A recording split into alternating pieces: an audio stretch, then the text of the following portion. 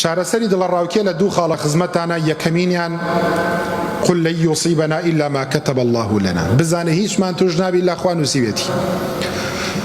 هەر لە مردنەوە کە باسمان کرد لێتە قەومیە بزانە خوا نووسیوێتی، ئەبێ فڵانە دەقە و فڵانە کات قل يتوفاكم ملك الموت، ئەبێ بمرێت کچەکەتە کوڕەکەتە خۆتی هەر کەسێک.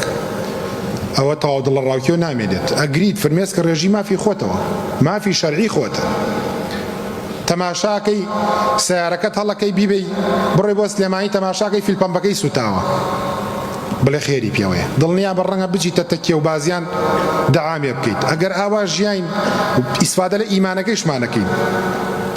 قل لن يصيبنا إلا ما كتب الله لنا، کچەکەت کێشەی هەیە کوڕەکەت کێشەی هەیە دای بنیشێنە قسەی بۆ بکە، قەدەری وا بووە، تۆ چوزانیت دوو لە ڕووی جەنابتان، چوزانیت ئەم زاوە ئاوە ناپیاوە، چوزانیت ئینسانێکی ئاوا بوو دەڵە.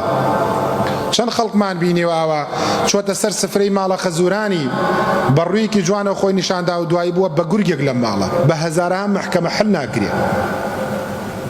مرۆڤەکان ئاوان لە مەوقیفا دەرەکەون، لە مەوقیفا پێناسی خۆیانەکەن. تۆ هەوڵ بدە بڵێ دڵنیا بەخوا نووسیوێتی، لەم مەعاملەیە $200 قازانجەکەی بەیانی 300 زەرەرەکەی ڕازی بە، بەڵام عەقڵ بەکار بێنە، دڵنیا بە سەرکەوتۆبی، عەلە لەقەل دڵت خۆشە بێت. خۆ پیاوی وایە ملیارەها دۆلاری هەیە، سوێن بەخوا دڵی بە قەو مناڵێکی مزگەوت خۆش نییە، دڵی خۆش نییە.